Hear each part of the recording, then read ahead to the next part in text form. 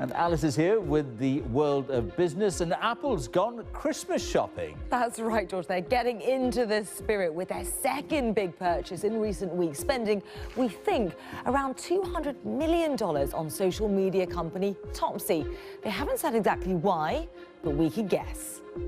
And Alice has been finding out which countries are the most charitable. That's absolutely right, George. Christmas is coming, and it's traditionally the busiest time of year, of course, not just for last-minute shopping, but also for giving to charity. But which country is the most generous when it comes to giving money, volunteering time, and helping strangers? You may be surprised.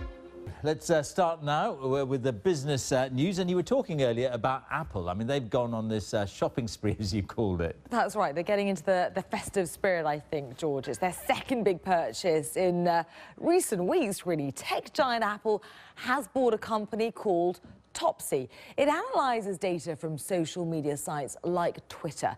Well, the data is then used to track customer sentiment towards companies such as Apple. Well, it's not known exactly what Apple paid for the firm, but reports suggest that it might be around the $200 million mark. Well, it's Apple's second biggest buy of recent weeks, as I was just saying. Well, let's talk now to our technology correspondent, Rory James, a little bit more on this. Rory, why do you think Apple bought Topsy?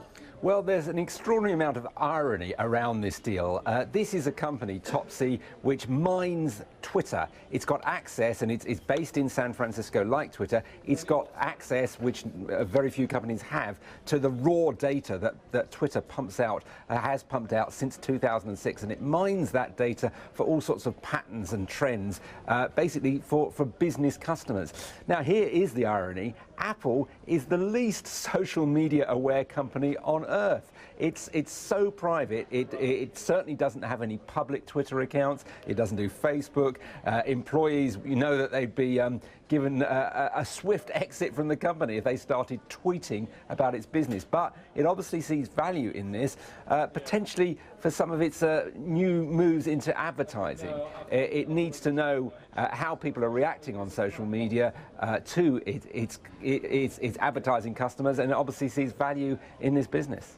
Well, as you say, Rory, ironically, it's not particularly social media savvy, but Apple has ventured into social media before, hasn't it? It bought Ping a while back, but that wasn't hugely successful. So do they feel that this is going to be a better buy? And if so, why? Well, let's be clear. This isn't a move into social media. This is a move into this rather strange new industry called sentiment analysis, where companies are trying to mine the web, all sorts of activity on the web, consumer activity on the web, for patterns, to see what people are thinking about brands, how they react to, say, advertising campaigns. It's really getting inside the mind of a consumer via the enormous amounts of data that we're all pouring into social media. So it's tapping into that. It's not plunging into social media itself.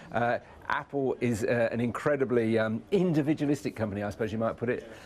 It really wants to control its message, and it has said it doesn't really feel it can control its message on social media, or that has been really the message coming out of Apple. And Rory, it's their second biggest purchase in recent weeks. What's going on? Do they just not know what to do with all of their profits? Well, to be clear, though, Apple doesn't make big purchases. This is another pretty small company. If you think a couple of $100 million may sound a lot to you and me, it's tiny in the world of tech acquisitions. You don't see Apple involved in giant mergers. Every now and then it picks up a little company that it thinks may help it with its next product.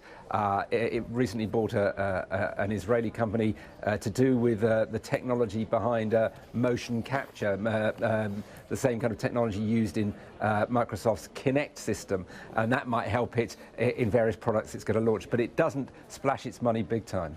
OK, Rory, many thanks. Rory James there, giving us the insight. Now, as Christmas approaches, most of us are ticking off the list of presents we have to buy if you're on time, of course. But it's also a time when we consider those less fortunate than ourselves. And this time of year is traditionally the busiest for charitable giving. But which country is the most generous? Well, according to the World Giving Index, which is compiled by the Charities Aid Foundation, the United States is the most charitable country on earth, with the highest proportion of people either donating money, volunteering their time, or helping a stranger.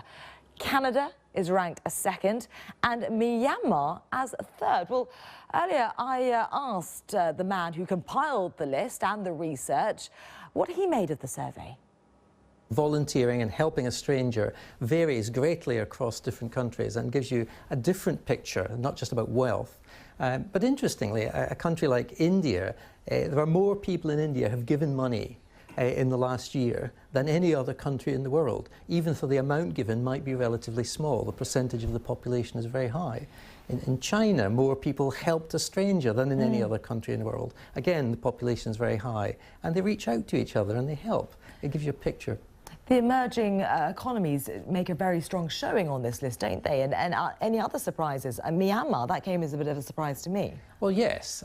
It hasn't been in the index for a number of years because of the situation in that country. So it's popped back into the index, having been absent since the mid-noughties.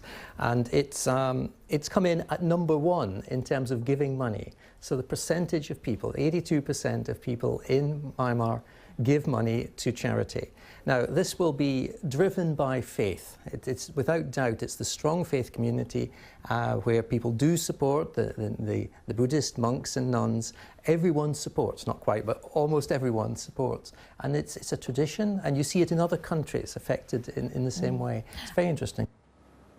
There we go. A brief look at some other news for you now. High street clothing retailer H&M has been given final approval to expand into India. It's planning to open 50 stores across the country with an investment of more than $114 million.